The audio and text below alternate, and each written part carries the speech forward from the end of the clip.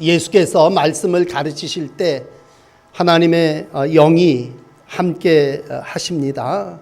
이 아침 성령의 임재하심이 여러분에게도 함께 하시기를 축복합니다. 이제 처음 예수님 생애를 시작하는 누가복음 5장에 4명의 제자를 부르시는 모습이 기록되어 있습니다. 갈릴리 호수에 빈 배 2척이 있습니다. 그 배는 밤새 그물질을 한 배이지만 그 배 안에 들어있는 고기는 없습니다. 빈 배입니다. 결국 빈 배 위에 예수님은 오르셔서 모여있는 무리들에게 하나님의 말씀을 전하게 됩니다. 그러므로 오늘 1절 말씀은 무리들에게 말씀을 전하시는 예수님의 사역으로 시작되어집니다. 여기 모여있는 모든 무리가 다 말씀을 들었지만요, 모두가 다 성령을 받은 것은 아니고 또 모든 사람이 다 예수의 제자가 된 것은 아닙니다. 그 중에 시몬의 배에 오르셨고 시몬과 그 4 식구들만이 먼저 주의 제자로 부름을 받게 됩니다. 여러분, 빈 배이지만 예수님이 그 배에 탔을 때 그 배는 요즘으로 얘기하면 강단이 돼버린 거죠. 사람들이 무리가 옹이하여 그랬으니까 수많은 무리들이 있으니까 그 사람들에게서 좀 떼어지려면 아마 배를 타시고 또 무리들은 육지에서 주님의 말씀을 들으셨던 것 같습니다. 그 말씀을 다 하신 후에 유독 주님은 한 사람에게 관심을 가지셨고 그 한 사람이었던 베드로를 택하시고 그를 통해서 이제 하나님의 역사를 이루어감을 우리는 잘 알고 있습니다. 중요한 것은 먼저 주님이 찾아오셔서 가르치셨다고 하는 것입니다. 여러분, 이 아침에도 마음의 문을 활짝 여시고 말씀을 들을 때에 성령이 가르치시는 하나님의 말씀을 통해서 여러분 가운데 역사하실 줄을 믿습니다. 말씀을 마치고 나서요, 예수님이 갑자기 도전적인 한마디를 하십니다. 그건 시몬에게 깊은 데로 가서 그물을 내려 고기를 잡으라. 만만치가 않죠. 여러분 생각해 보십시오. 쉽게 말씀을 듣고 경청하고 은혜 받고 괜찮다 생각할 수는 있지만 나에게 딱 집어서 아무개야 너 가서 깊은 데로 가서 그물을 내려 고기를 잡으라. 그렇게 말할 때에 과연 순종할 수 있을까? 이게 무슨 테스트라면 내가 그 시험에 제가 한번 해보겠습니다. 그렇게 할 수 있을까? 지금 이 관계는 오랫동안에 무슨 교제를 맺은 것도 아니에요. 그리고 합의하고 논의한 것도 아니고 그냥 말씀을 가르치시다가 갑자기 일방적으로 예수님께서 말씀을 듣는 베드로에게 깊은 데로 가서 그물을 내려 고기를 잡으라고 명령하신 겁니다.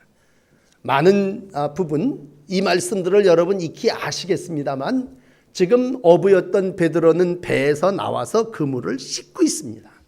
그리고 이들은 노은 사람들이 아니라 밤새도록 수고한 사람들입니다. 배에서 나와서 하선하는 어부가 다시 그 배를 타고 나간다고 하는 건 참 쉬운 일은 아닙니다. 오늘 그들에게 가지고 있는 마음은 좌절, 상실, 허탈 이런 말로 마무리할 수 있겠습니다. 세상 말로 표현을 한다면 실패한 사람을 예수님은 찾아오셔서 대화하십니다. 더 귀한 것은 사랑의 예수님은요, 항상 기다려주시는 것이 아니라 찾아오셨습니다.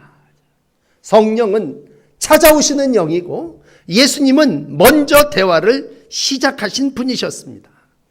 여기서 오늘 다른 설교도 많이 듣겠습니다만 먼저 여러분들이 그래요, 누가 찾아오면 이라고 하는 생각을 하신다면 예수님은 그런 생각을 하셨던 분 아니라 친히 찾아가시고 다가가시고 먼저 말을 건네주신 분이십니다. 그 사람이 어떤 사람이든지 간에 우물가에 정말 남편을 5이나 바꾼 경험이 있는 여자이든지 간에 주님은 찾아가셔서 만나시고 말씀하시고 대화하시고 그리고 분명한 것은 주님을 만난 모든 이들이 성령으로 새로워졌다고 하는 것입니다. 오늘 이 자리에 있는 한 어부, 이는 밤새 실패한 사람입니다. 분명히 최선을 다했지만, 이 밤이 새도록 수고했지만 그에게 손에 건진 것 없습니다.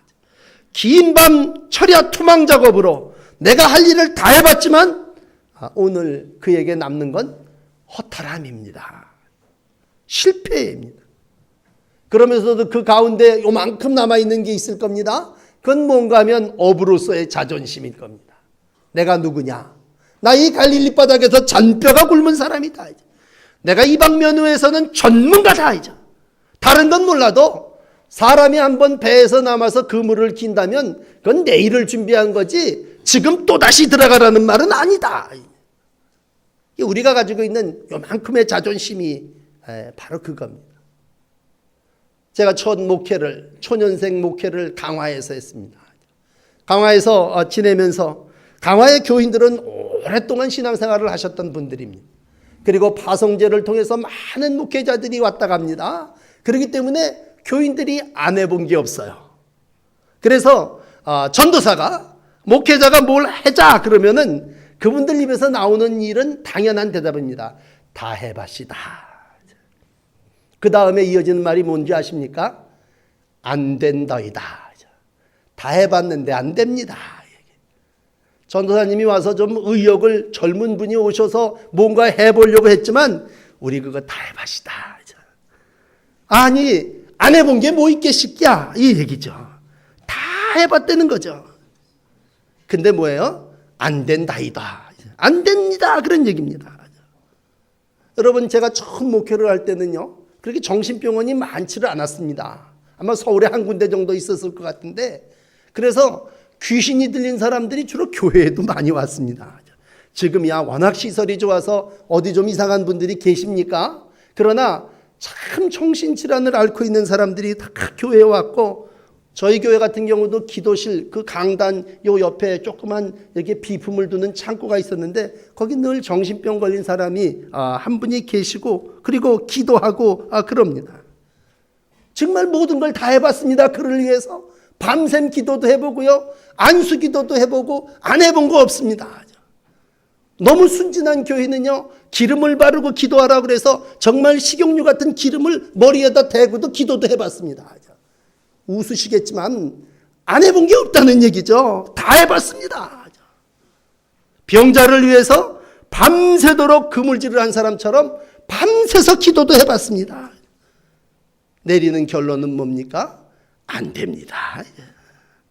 지쳤고 이젠 힘들고 아마 불가능한 일입니다.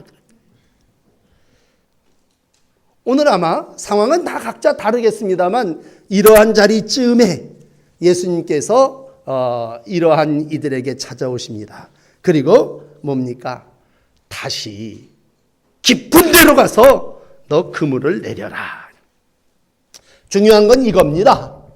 다 해봤지만, 수고했지만 내가 당신의 말씀에 의지하여 다시 그물을 내리리이다. 다른 거 없습니다, 여러분. 누가 큰 일을 감당하고 누가 하나님의 은혜의 삶을 삽니까? 여러분, 아멘할 준비를 하시고 한번 아멘을 하셔야 되는데, 다시 시작하는 사람이 하나님의 은혜를 받고 성령을 받으심을 믿으시기 바랍니다. 다시 시작하는 사람이 건강함을 얻을 수 있고요, 다시 시작하는 사람이 2배의 만선의 축복을 누릴 수 있고요, 다시 시작하는 사람이 하나님께서 주신 새로운 비밀한 일인 사람을 낚는 어부가 될 수 있습니다. 이 사람 기술이 있는 사람이요, 노력한 사람이요, 방법, 노하우가 있는 사람입니다. 그러나 내 방법대로 밤새워서 헛수고였지만 이제는 당신의 방법대로, 내가 당신이 얘기하는 말씀대로 다시 하겠다라고 하는 이 베드로의 한마디가 오늘도 베드로를 베드로 되게 한 줄을 믿습니다. 이 설교를 하면서 마음에 이런 생각이 있습니다. 내가 이 설교를 12번도 더 했습니다. 나도 그때 다시 한번 더 노력했더라면 이라고 하는 후회가 저와 여러분들의 마음속에 있을 겁니다. 그렇습니다. 무슨 마술이 아니라 완전한 사람은 아니지만 그때 정말 이 설교를 듣고 이 말씀을 들으면서 그래 베드로도 다 했지만 안 된다고 할 때 다시 하나님의 말씀대로 하라고 그럴 때 이젠 내 방법이 아닌 하나님의 말씀의 방법대로 하라고 그랬을 때 그때 그 설교를 듣는 이 시간 내가 다시 할 수 있었다면 그렇습니다. 여러분 우리 예수님은 사람을 스카우트 하시죠. 완전한 사람을 부른 적 없으십니다. 완성된 물건을 취하지 않으셨고 주님은 베테랑을 택하셨다면 바리새인들 서기관들 그런 사람들을 제자로 삼아서 일꾼을 만드셨겠죠. 그런데 오늘 주님은 어떻게 보면 표현이 좀 죄송합니다만 무식한 어부입니다. 자랑할 거라고는 이따만한 손뿐이 없을 겁니다. 그 손이 젊은 손이 저도 어부의 손을 봤습니다만 손톱이 문지러집니다. 여러분 밤새도록 그물질을 해대는 사람이 어디 손톱이 남아있겠습니까? 이 사람이 이걸로 뭐 글을 써봤겠습니까? 평생을 밤새도록 그물질을 했던 사람입니다. 그런데 오늘 주님은 그 사람을 다시 너는 네 방법이 아닌 말씀에 의지하여 새로운 일들을 이루어내라고 하는 것입니다. 그렇습니다. 여러분 오늘만이라도 나 애쓰고 수고했는데 안 됩니다. 이것도 해보고 저것도 해봤는데 오히려 손해만 보고 적자만 보고 남는 거라고는 빚뿐이 없습니다. 이렇게 말씀하신다면 주님은 이러한 우리를 향해 말씀하십니다. 다시 깊은 데로 가서 그물을 던져라. 하나님의 말씀에 의지하여 한 번 더 그물을 둘러매고 깊은 곳을 향하는 베드로의 뒷모습이 오늘 이 설교를 듣는 여러분들의 모습이 되시기를 부탁을 드립니다. 얕은 물가에서 그냥 살살 몇 번 이렇게 튕겨보고 이거 오늘은 안 되겠구나. 그런 건 아니에요. 절대로 여러분들을 무시하는 건 아니지만 베드로가 그렇게 밤새지 않았습니다. 분명한 건 베드로의 방식이 있었고 베드로의 방법이 있었습니다. 그런데 오늘 예수 선생님이 처음에 선생님이라고 그러지 않습니까? 선생님이 찾아오셔서 제시한 방법은 내 방법하고 다른 말씀에 의지하는 방법입니다. 그리고 오늘 두 번째는 말씀에 의지하여 내가 그물을 내리리이다. 저 사람 밤에 비번이라 쉬었으니 저 사람 시키시오가 아니라 내가 말씀에 의지하여 내가 깊은 데로 가서 그물을 던지라라고 하는 순종입니다. 성공한 사람은 처음부터 프로가 아닙니다. 자기의 방식대로 아마 자기 것만을 고집한 사람이 있으면 제가 장담하건대 그 사람은 성공한 사람이 아닐 겁니다. 끝까지 진지하고 마지막까지 성공적인 삶을 산 사람은 누구냐? 눈이 열려서 내 식으로 내 방법대로만 사는 것이 아니라 오늘도 내 방법은 이러한 방법이지만 성령이 나에게 오셔서 또 새로운 일들을 지시하신다면 내가 그 방법에 진지하게 한번 다시 깊은 데로 그물을 던지리이다 고백하는 베드로입니다. 그때 주님은 베드로에게 말씀하심처럼 오늘도 우리에게 찾아오셔서 똑같은 말씀을 하십니다. 네 방법대로 실패했느냐? 이제는 내가 너에게 말하노니 너 큰 일 깊은데 오른편에 가서 너 새로운 일들을 이루어 보거라. 결과는 여러분 여기 읽으신 대로 2배에 가득 차게 됐습니다. 많은 고기를. 이 베드로는 참 통이 큰 사람인 것 같아요. 그래서 친구들까지 다 독차지하지 않고 더불어 친구들을 불러서 2배에 꽉 채우게. 만선이 어느 정도냐 하면요. 정말 배가 고기에 의해서 가라앉을 정도로 아주 꽉 차서 흥분된 마음으로 돌아오는 베드로의 모습을 우리가 보게 됩니다. 여러분, 이러한 베드로의 모습을 여러분들에게 소개해드리면서 이제 중요한 3번째 말씀을 드리려고 합니다. 베드로는 이렇게 그물 가득 배 꽉 채우고 난 다음에 뜻밖의 선언을 하게 됩니다. 그건 바로 나를 떠나소서 나는 죄인이로소이다 라고 하는 고백입니다. 이게 전혀 맞지 않는 그러한 표현입니다. 배 가득 찬 고기를 보면서 이 사람들이 한결같이 놀란 것까지는 이해가 됩니다. 입이 찢어지도록 웃으며 아마 기쁨을 누리는 것까지 이해가 됩니다. 그런데 오늘 나를 떠나서서 나는 죄인이로소이다, 이 말은 무슨 말입니까? 베드로의 소명을 우리가 얘기할 때 많은 물고기를 수확한 이 베드로라면 정상적인 사람, 자기의 가치와 어부로서의 기질을 가지고 살아왔던 베드로라면 당연히 좀 흥분하고 좀 저돌적이고, 베드로가 여러분 아시는 대로 좀 다혈질인 사람 아닙니까? 성급하니까 난리법석 허풍을 떨면서 아마 얘기했을 겁니다. 이게 다 선생님 덕입니다. 선생님 때문에 이렇게 꽉 차게 잡았습니다.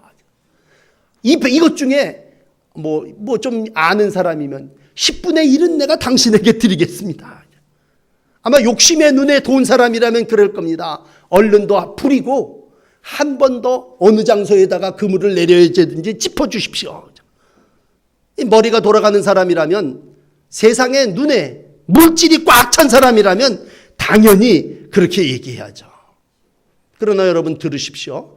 이 본문은 어떤 양의 복을 이야기하려고 하는 거예요. 예수 믿으면 부자 된다는 얘기가 절대로 아닙니다. 지금 뭐 주식 투자합니까? 얼른 갖다 부리고 한탕 더 하자는 게 뭡니까? 이번엔 어디에다가 그물을 던지고 어느 것에 투자해야지 좀 좋고 어떤 땅을 사야 이윤이 얻을는지 목사님 좀 가르쳐 주십시오. 그게 할 말입니까? 오늘 베드로는 그렇게 표현하지 않습니다. 오늘 주님이 어떤 양을 원하시는 게 아니라 주님은 정말 질을 원하고 사람을 원하신다면 주님이 찾으셨던 사람은 죄인이고, 베드로는 오늘 그 앞에 엎드리면서 무릎을 꿇었겠죠. 나는 죄인이로소이다 고백하고 있습니다. 대단하지 않습니까? 여러분, 어부에게 무릎을 꿇고 나는 죄인이로소이다 라고 하는 모습은 이건 대단한 영적인 각성입니다. 그러면 여러분, 주인은, 예수님은 누구를 통해서 일하시느냐? 분명하건대 예수님은 무릎 꿇은 사람을 통해서 일하십니다. 자기를 고백하는 사람이 내가 많은 고기를 잡았습니다 떠버리고 자랑하며 이 선생님 때문에 내가 부자가 됐습니다 그리고 간증하러 다니는 사람이 아니라, 오늘도 주님의 신적인 권위 앞에 자신이 무릎을 꿇고 나의 죄인됨을 고백하고 있습니다. 전에 소문으로 예수를 들었을지 모릅니다. 또 자기 배에 오르신 예수님의 그 가르치심을 짧은 시간에 들었을지 모릅니다. 그러나 멀리서 들은 얘기로 경험할 수 없습니다. 이건 자기가 직접 가서 그의 말에 의지해서 그물을 던져보니 꽉 찬 그물을 볼 때 베드로의 마음속엔 예수님이 어떤 분인지를 알게 됐습니다. 오늘 우리 성가대가 성령이여 임하소서 찬양했습니다. 분명하고 확실한 한 가지는요, 누구에게 성령이 임하냐? 여러분, 엎드리고 가까이 무릎 꿇는 이에게 하나님의 영은 임하는 줄을 믿습니다. 만약 베드로가 그냥 어부로서 눈이 어디에 가 있습니까? 어부의 관심은 어디에 있습니까? 고기에 있습니다. 선생은 어디 갔는지 아랑곳 없습니다. 주님은 어디 계신지 필요 없습니다. 이제 내 눈에 뵈는 건 고기입니다. 이 고기를 내 친구들하고 같이 내 집에 가서 어떻게 팔아가지고 어떻게 살까, 이런 생각에 가득 차 있다면 그 사람은 그 고기나 먹고 죽을 인생입니다.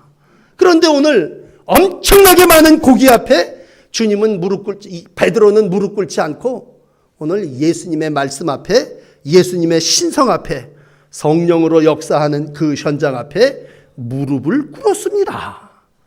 사랑하는 성도 여러분, 우리가 신앙생활을 하면서 무릎을 꿇는다라고 하는, 이건 세상 사람들로 얘기하면 굴복을 의미합니다. 굴복.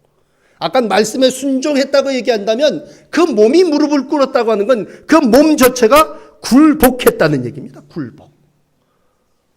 굴복했다고 하는 건 내 몸을 다 납작 엎드려서, 이따가도 말씀드리지만 자기를 부정하고 자기의 십자가를 지는 자가 하나님의 영을 따라 인도함을 받는 사람이라면, 하나님의 영은 누구를 통해서 일하시는지 아십니까? 무릎 꿇은 사람을 통해서, 나는 죄인입니다 고백하는 사람을 통해서 일합니다. 우리 남자분들 군인 갔다 오셨지만, 우리가 군인 가서 훈련 받으면서 참 박박 기는 여러 가지 중에 각계 전투라는 걸 합니다. 약진을 하고 전투 훈련을 합니다. 신앙이 약진해서 앞으로 나가려면요, 여러분 뽀쩍 서갖고 그냥 목적만 향해서 달려가면 총 맞아 죽습니다. 잘 약진하는 사람이 누구냐? 철저망에 납작 엎드려서 통과하는 사람이고요, 목은 고다 갖고는 절대로 안 됩니다. 허리는 뻣뻣해 갖고는 더 안 됩니다. 엎드려 기어야 된다면, 오늘 주님 앞에 누가 성령 받고 주의 도우심을 누가 받느냐? 그건 납작 엎드리는 사람입니다. 주여 나를 떠나서서 나는 죄인입니다, 그렇게 고백할 때 주님은 오늘도 그 고백, 그 기도에 성령으로, 능력으로, 권세로 역사하시는 줄을 믿습니다. 그래서 여러분, 병자들을 위해서, 귀신을 위해서 예수님께서 기도할 때마다 예수님께서 동일하게 취하신 방법은 기도고, 베드로가 나중에 사도행전 9장 40절에 보면요, 다비다를 향해서 기도할 때 무릎을 꿇고 기도하며 시체를 향하여 명령합니다. 간절한 무릎을 꿇고 주의 도움을 구할 때에 하나님의 영이 그에게 임한 줄을 믿습니다. 그러므로 여러분, 무릎 꿇고 나는 죄인으로서이다 고백할 때에 임하시는 하나님의 성령을 모두가 다 경험하시는 성도의 날들이 되시기를 바랍니다. 그게 깊이 있는 신앙입니다. 얕은 신앙은요, 무릎 꿇지 않습니다. 텀벙텀벙거리고 구경하다가 돌아오고, 오늘 정말 고기가 많이 잡혔네, 그리고 하나님 앞에 일부를 드리고 마는 그러한 신앙일 겁니다. 오늘 이 베드로를 향하여 마지막 주님은 귀한 사명을 주십니다. 야, 그러냐? 네가 전정 나한테 무릎을 꿇고 엎드려 죄인됨을 고백하냐? 이제 내가 후로는 너를 사람을 취하는 어부가 되게 하리라. 베드로의 삶이 바뀌어집니다. 포덕포덕 뛰는 생선을 잡아서 죽여서 사람들에게 나누어지는 게 아니라 죽은 영혼을 살려서 하나님의 나라로 옮기는 일을 하는 어부로서의 삶을 살게 하십니다. 전에는 그의 삶이 오직 목적이 생선에 있고 고기에 있고 물고기를 잡는 일이 어부로서의 최고의 낙인 줄 알았습니다. 그렇지만 이제 그 눈에는 세상이 보이지를 않습니다. 물질이 보이지를 않습니다. 여러분들에게 간절한 마음을 가지고 하나 부탁을 드립니다. 여러분, 내가 눈앞에 이익을 보고 따라가면요, 그 끝은 멸망입니다. 그렇습니다. 내가 유혹과 욕망을 따라 살고자 하면요, 그 끝은 썩을 생선 그것으로 끝납니다. 오늘 눈앞의 이익을 바라보지 않고 멀리 바라본다고 할 때 난 그걸 영적 세계라고 말씀드리고 싶습니다. 베드로가 처음에 무식하다는 말을 썼습니다만, 베드로는 무식해도요, 물질에 무릎을 꿇은 사람은 아니올시다. 오직 주님께 무릎 꿇었지, 그 돈 몇 푼 벌자고 그 고기 몇 개 건지자고 헤매는 인생을 사는 이는 아니었습니다. 2배에 가득 찬 고기, 그거 2, 3일이면 다 썩어질 것들입니다. 썩어질 고기와 함께 묻혀질 인생이 아니라, 베드로는 분명한 가치가 이 순간 바뀌었다면 세상 사람들은 그걸 의식화라고 얘기할 겁니다. 말씀을 듣고 의식이 바뀌어진 겁니다.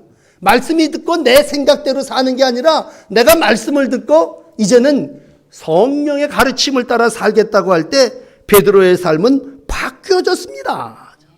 지금까지는 산고기를 잡아서 죽이는 일을 했을지 모르지만 이제는 죽은 심령을 생명의 영원한 세계로 인도하는 자로 부름을 받고 예수의 스카웃을 받았습니다.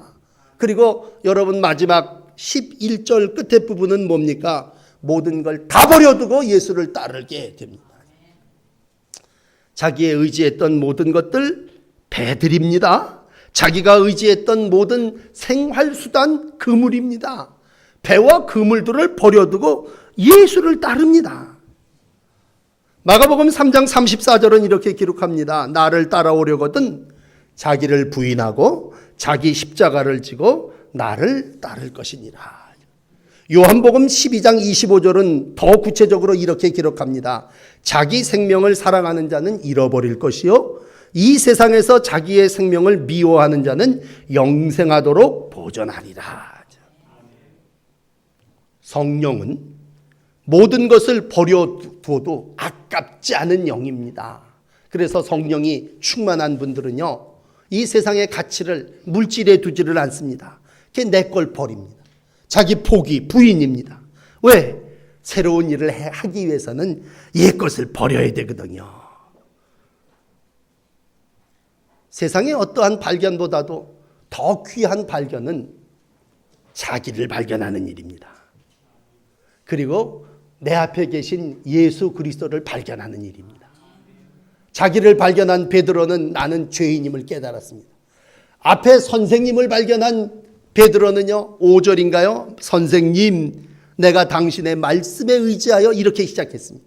그러나 잠깐 내려가서 8절에 뭐라고 기록합니까? 주여. 선생이 아니라 이건 나의 주인입니다. 그런데 감히 내가 따를 수 없는 주인이기에 나를 떠나소서. 그 주인은 오늘 다정하게 베드로에게 두려워하지 말아라. 너 어떤 걱정을 하고 있는지 내가 너를 안다. 이런 얘기입니다. 여러분, 말씀에 순종하는 것도 중요합니다. 무릎을 꿇어 그분 앞에 복종하는 일도 중요합니다. 그러나 더 중요한 건 내 미래를 위해서 나의 구차한 모든 것들을 버리고 새 일을 이루기 위해서 떠나는 결단은 더 아름답고 귀합니다. 오늘도 세상 사람들은 이렇게 하면 물질을 많이 벌게 될 거라고 가르쳐 줍니다. 이런 것들이 귀한 것이라고 엉덩이를 두둥기게 하고 음란의 영으로 가득 차서 이 세상 죽을 고기와 같이 삶을 살게 합니다. 그런데 오늘 주님은 그러한 인생들에게 찾아오셔서 말씀합니다. 그러한 인생들에게 무릎을 꿇게 합니다. 그리고 육신의 모든 일들을 위해서 새로운 출발을 하자고 우리를 강권하고 있습니다. 이 아침 성령은 말씀을 통해서 우리의 모든 고백을 듣기를 원하십니다. 성령께서 예수님을 통해서 두려워하지 말아라 말씀하셨다면 오늘도 주님 앞에 엎드리십시오. 아브라함이 엎드릴 때에 하나님께서 아브라함의 길을 인도해 주셨습니다. 여호수아가 땅에 엎드릴 때에 하나님께서 여호수아의 길을 인도해 주셨습니다. 베드로가 엎드려 나는 죄인으로서이다 고백할 때에 우리 예수님은 그 베드로의 길을 인도하여 주셨습니다. 사랑하는 여러분, 어떤 일로 인하여 빈 그물이십니까? 어떠한 연으로 인하여 정말 마이너스 통장을 써야 됩니까?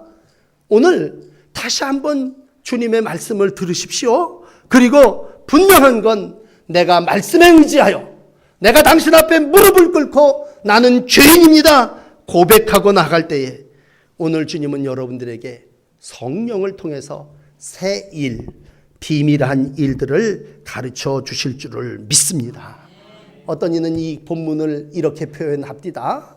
황제가 어부를 인도하는 것이 아니라 어부가 온 세상을 구원한 시작이다.